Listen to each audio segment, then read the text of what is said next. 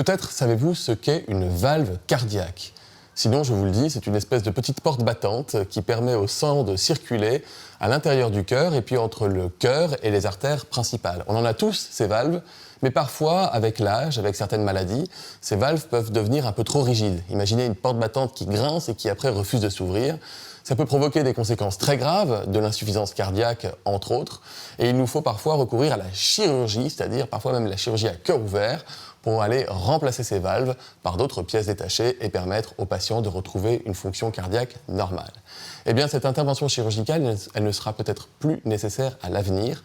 Des nouvelles technologies sont apparues et pour nous en parler, j'ai le plaisir de recevoir Karine Chorokov, qui est CEO, donc directrice générale de l'entreprise française CardiaWave et qui a développé une technologie assez spectaculaire pour réparer les valves cardiaques sans chirurgie, mais grâce à des ultrasons focalisés. Karine Chorokov, bonjour, bienvenue sur le plateau de TechCare. Alors, j'ai essayé d'expliquer vaguement ce que c'était que ces insuffisances valvulaires cardiaques. Qu'est-ce que permet votre technologie ? Alors, Olivier Véran, merci de me permettre de parler de CardiaWave au sein de TechCare.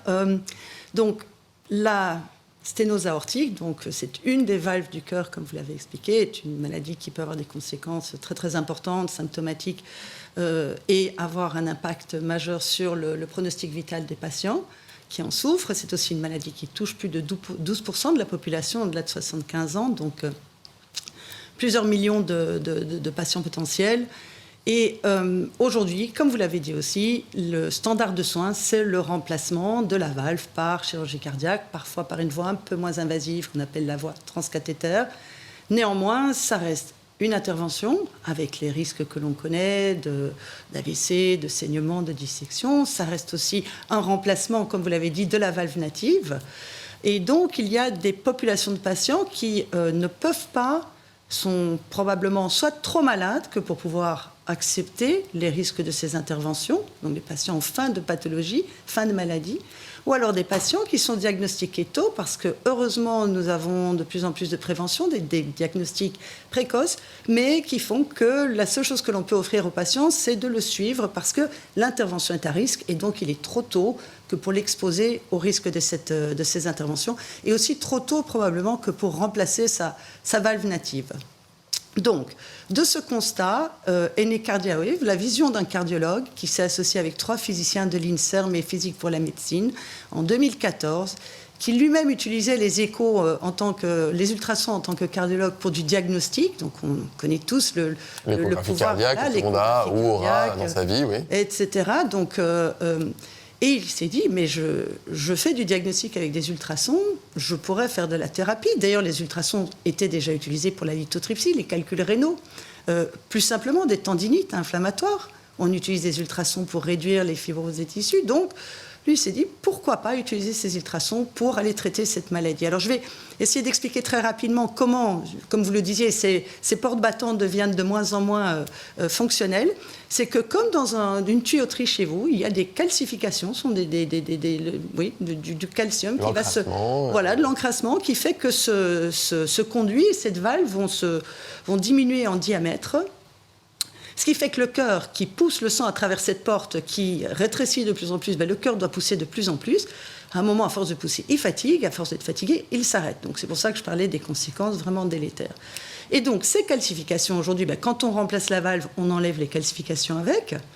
Mais quand on utilise des ultrasons, qu'est-ce qu'on fait par voie totalement non invasive? Donc on vous met un amplificateur sur la poitrine et on envoie sur une zone très très très précise ces ultrasons qui vont fragmenter ces blocs de calcium et transformer un bloc massif en une poignée de fragments qui eux-mêmes, alors c'est important de le dire, restent logés dans cette valve. Donc c'est pas qu'ils partent à travers le flux sanguin, ils peuvent créer des risques d'AVC.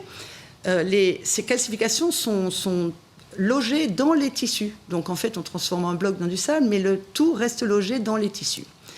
Donc, maintenant, j'avance un peu rapidement sur les 10 années de développement. Donc, vision, brevet français avec l'INSERM, développement avec l'INSERM, Physique pour la médecine et à l'hôpital européen Georges Pompidou.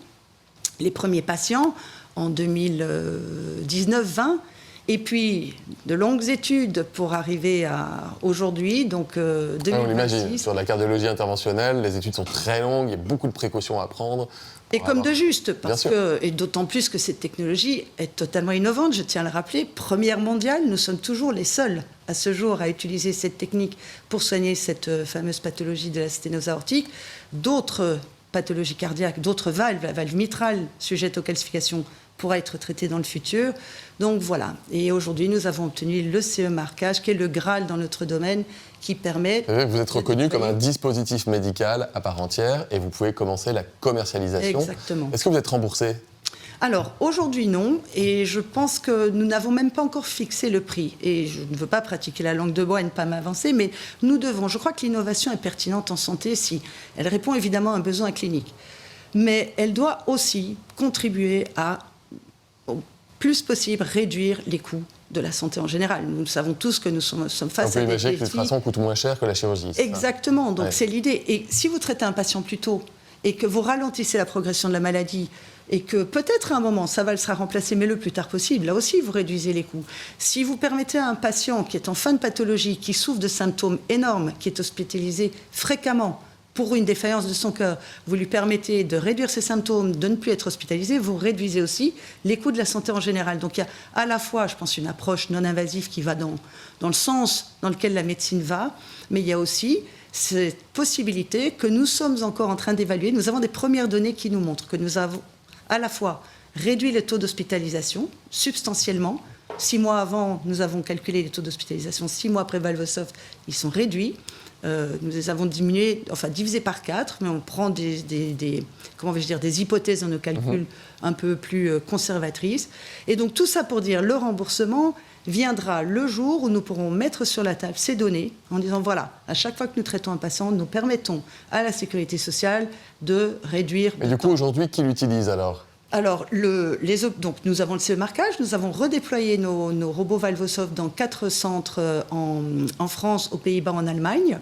Elles sont installées dans des salles d'écho et les patients peuvent être soignés et sont d'ailleurs, vous faisiez référence à l'IA dans la chronique, les patients trouvent Valvosoft. Donc, les patients sont diagnostiqués, font une recherche grâce à l'IA parce que nous n'avons pas beaucoup communiqué. Donc, il faut vraiment aller interroger les moteurs de recherche puissants. Ouais. Et ils viennent à l'hôpital avec leur diagnostic et leur traitement. Et il dit, je veux avoir ce traitement. Je veux d'abord tenter le non-invasif avant que de considérer un quelconque remplacement de ma... Bon, et l'accès au remboursement, donc là, alors j'explique, effectivement, vous pouvez trouver ça très long, et effectivement, c'est très long, plus de 10 ans entre le moment où l'idée a germé et le moment où la discussion sur le remboursement est posée, parce que d'abord, il faut vérifier que la technologie n'est pas dangereuse, qu'elle est reproductible. Ensuite, il faut remplir tout un tas de documents réglementaires pour avoir ce que vous avez appelé un marquage CE, c'est-à-dire une reconnaissance comme un dispositif médical. Et ensuite, il faut faire des études médico-économiques, c'est-à-dire comparer cette nouvelle technologie avec les technologies existantes sur un grand nombre de patients en mobilisant beaucoup d'équipes médicales pour ensuite avoir des publications scientifiques qui montrent l'intérêt de cette technologie par rapport aux autres. Et là, il y a un prix qui est attribué et ensuite, ça va très vite. Donc vous êtes presque au bout de votre peine, même si c'est très long, mais les gens sont déjà en train de demander cette technologie, ce qui veut dire que c'est peut-être bien parti pour vous. Et c'est plusieurs séances ou c'est une seule séance ? Alors, pour le moment, sur les patients qui ont été traités dans le cadre des études qu'on appelle précliniques, il y a eu, je crois, sur 100 patients, 19 patients qui ont été retraités. Le fait est que... Sinon, une seule séance peut suffire. Une seule séance peut suffire. Et ça fait pas mal. Et ça fait pas mal du tout. Les patients sont éveillés. Certains nous demandent de prendre des photos pour leurs enfants, leurs petits-enfants. Oui, non, s'il n'y a pas de douleur apportée, le patient est éveillé, arrive le matin à l'hôpital, rentre en salle d'écho, 70 minutes plus tard, il en ressort et il peut aller déjeuner tranquillement chez lui ou ailleurs. Karine Chorokov, je vous souhaite tout le succès, parce qu'il y a des malades qui attendent et que ce serait formidable si ça pouvait être effectivement validé et remboursé, et je vous souhaite que ça arrive le plus vite possible. Je rappelle que vous êtes CEO de l'entreprise française CardiaWave et que vous commercialisez désormais ce produit qui s'appelle Valvosoft, ce petit robot qui envoie des ultrasons pour traiter certaines pathologies des valves cardiaques. Merci beaucoup à vous.